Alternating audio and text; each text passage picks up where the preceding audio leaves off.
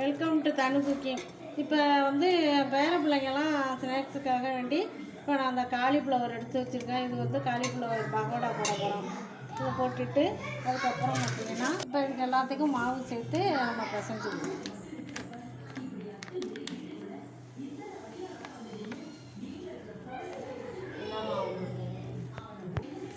இதுக்கு வந்து பச்சை மாவு தான் நான் போடுறேன்.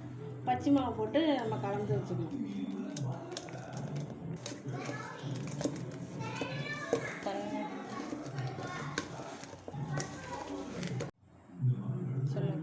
லைட்டாக கொஞ்சோண்டு உப்பு போட்டுக்கலாம்.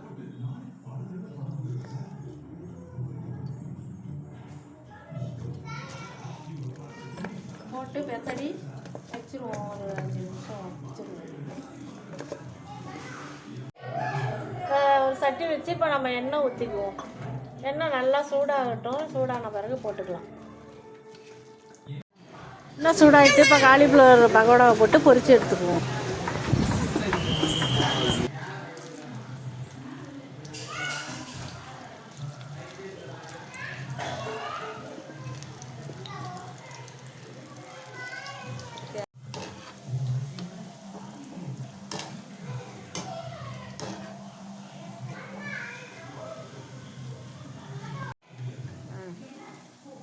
எல்லாம் பொரிச்சு எடுத்து தட்டில் வச்சாச்சு.